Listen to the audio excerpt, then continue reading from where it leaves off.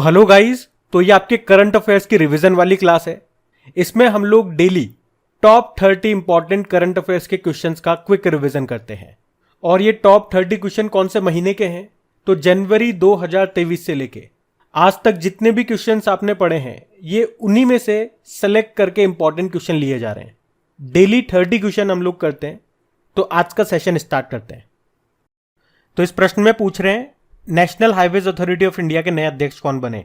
तो आंसर होगा संतोष कुमार।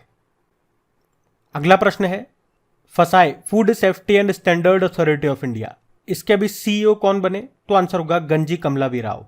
फसाई की स्थापना होती है 2008 में, हेडक्वार्टर है नई दिल्ली में। और आप कोशिश करना कि आप अपने साथ में एक खाली पेज या कॉपी और एक पेन लेकर के बैठे, तो आप भी कोशिश करें उत्तर लगाने की और फिर देखें कि आपका उत्तर सही है या गलत है, क्योंकि यहां पे हम क्वेश्चन का रिवीजन कर रहे हैं, कुछ नया नहीं पढ़ रहे।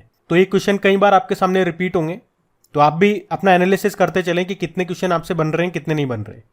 जैसे अगला प्रश्न है, किस राज्य में लोसर महोत्सव मनाया जाता है? तो आंसर होगा इसका लद्दाख में। लेकिन एक लोसांग महोत्सव भी याद रखना। लोसांग महोत्सव ये सिक्किम में मनाया जाता है। वैसे तो यहां पे मैं आपको क्वेश्चन और उसका आंसर बताऊंगा, लेकिन कुछ काम की चीज हुई या कुछ लिंक करा के याद कराना हुआ तो वो भी मैं करा दूंगा। जैसे अगला प्रश्न देख कि किस यूरोपीय देश के द्वारा ट्रांसजेंडर कानून पारित किया गया जिसमें 16 वर्ष से अधिक प्राप्त व्यक्ति अपना लिंग परिवर्तन कर सकता है? तो आंसर होगा स्पेन। स्पेन की कैपिटल क्या होती है? मैड्रिड। आपको याद होगा 2022 में under 17 FIFA women's world cup जो भारत में हुआ था, उसको स्पेन ने जीता था कोलंबिया को हरा के। फिर आपसे पूछ रहे हैं, पहला अंतरराष्ट्रीय तटीय महोत्सव 2022 का आयोजन कहां किया गया? तो यह भी दिसंबर में ही हुआ था। कहां पे? केरल में। अच्छा, केरल के समुद्री तट को क्या कहते हैं? मालाबार तट। और तमिलनाडु के समुद्री तट को कहते हैं कोरोमंडल तट। और केरल के दो क्लासिकल डांस कौन से हैं? कथकली और मोहिनीअट्टम। यहाँ की क्लासिकल लैंग्वेज है मलयालम। फिर बताइए, सूर्योदय स्मॉल फाइनेंस बैंक के एमडी सीईओ कौन बने? भास्कर बाबू बने। और इस बैंक का हेडक्वार्टर है नवी मुंबई में। फिर आपसे पूछ रहे हैं, forks in the road my days at RBI and beyond नाम की बुक को किसने लिखा? सी रंगराजन ने। ये आरबीआई के पूर्व गवर्नर हैं। कौन से नंबर के थे? ये 19वें नंबर के थे। अभी वर्तमान में तो शक्तिकांत दास है जो 25वें नंबर के हैं। और जहां पे ऑप्शंस इंपॉर्टेंट होंगे ना, मैं आपको जरूर रिवाइज कराऊंगा। जैसे कि Bimal Jalan the India story from dependence to self reliance नाम से बुक लिखी थी। Urjit Patel overdraft saving the Indian saver नाम की बुक लिखी। और Viral Acharya quest for restoring financial stability in India नाम से बुक लिखी थी। अगला प्रश्न है, हसमुख अधिया को किस राज्य के मुख्यमंत्री के मुख्य सलाहकार के रूप में नियुक्त किया गया? तो आंसर होगा गुजरात। फिर पूछ रहे हैं, विज्ञान और अनुसंधान के क्षेत्र में उत्कृष्ट प्रदर्शन के लिए अटल सम्मान पुरस्कार किसे मिला? प्रभु चंद्र मिश्रा को। फिर पूछ रहे हैं, अभी किस बैंक ने राजस्थान में एमएसएमई उद्यमियों के लिए अपना प्रमुख व्यवसाय सलाह कार्यक्रम एमएसएमई प्रेरणा शुरू किया? तो आंसर होगा इंडियन बैंक ने। इंडियन बैंक जिसकी स्थापना होती है 1907 में, हेडक्वार्टर है चेन्नई में। फिर पूछ रहे हैं, अभी महामारी की तैयारी का अंतर्राष्ट्रीय दिवस international day of epidemic preparedness कब मनाया? 27 दिसंबर को मनाया गया। फिर पूछ रहे हैं, अभी कौन सा राज्य लोकायुक्त विधेयक 2022 पारित करने वाला पहला राज्य बना? तो आंसर होगा महाराष्ट्र। फिर बताइए, धानु यात्रा उत्सव ये कहाँ मनाया जाता है? उड़ीसा में मनाया जाता है। फिर पूछा, किस राज्य में स्थित निर्वाचन क्षेत्र धर्मदम्म भारत का पहला पूर्ण पुस्तकालय निर्वाचन क्षेत्र घोषित हुआ? तो आंसर होगा केरल। तो केरल के जो मुख्यमंत्री हैं पिनाराई विजयन, उनका निर्वाचन क्षेत्र है धर्मदम्म, जो कि भारत का पहला पूर्ण पुस्तकालय निर्वाचन क्षेत्र बन गया है। मतलब यहाँ के हर वार्ड में लाइब्रेरी है। और लाइब्रेरी से आपको याद आएगा एक प्रश्न, किस राज्य का जामताड़ा जिला ये बना था हर गांव में पुस्तकालय वाला देश का पहला जिला? तो आंसर होगा झारखंड। फिर पूछा कि अभी महान फुटबॉलर पेले का निधन हो गया, वे किस देश के फुटबॉलर थे? तो ब्राजील के थे वो। फिर आपसे पूछ रहे हैं, अभी इजराइल के प्रधानमंत्री कौन बने? Benjamin Netanyahu. इजराइल की कैपिटल जेरूसलम है। वैसे इसे अंतर्राष्ट्रीय स्तर पर मान्यता प्राप्त नहीं है, लेकिन आप याद रखें, करेंसी इजरायली शेकेल है और प्रेसिडेंट है इसहाक हरजोग। फिर पूछ रहे हैं, मध्य प्रदेश में कहां अटल बिहारी वाजपेयी जी का स्मारक बनाया जाएगा? ग्वालियर में। फिर पूछ रहे हैं, अभी किस देश ने विश्व की पहली पूरी तरह से काम करने वाली सैंड बैटरी स्थापित की? तो आंसर होगा फिनलैंड ने। फिनलैंड, जिसे झीलों का देश कहते हैं, अभी ये नाटो का 31वां सदस्य देश बना था। कैपिटल इसकी हेलसिंकी है, करेंसी है यूरो।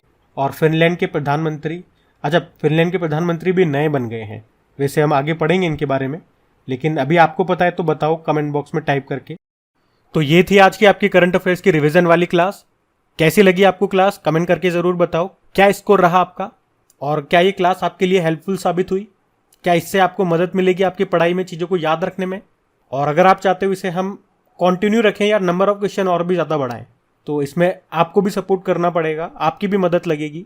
इसे अपने दोस्तों के साथ में आपको शेयर करना पड़ेगा। जितने ज़्यादा स्टूडेंट्स जुड़ेंगे, मुझे भी इसमें समय देने पे और काम करने में मज़ा आएगा।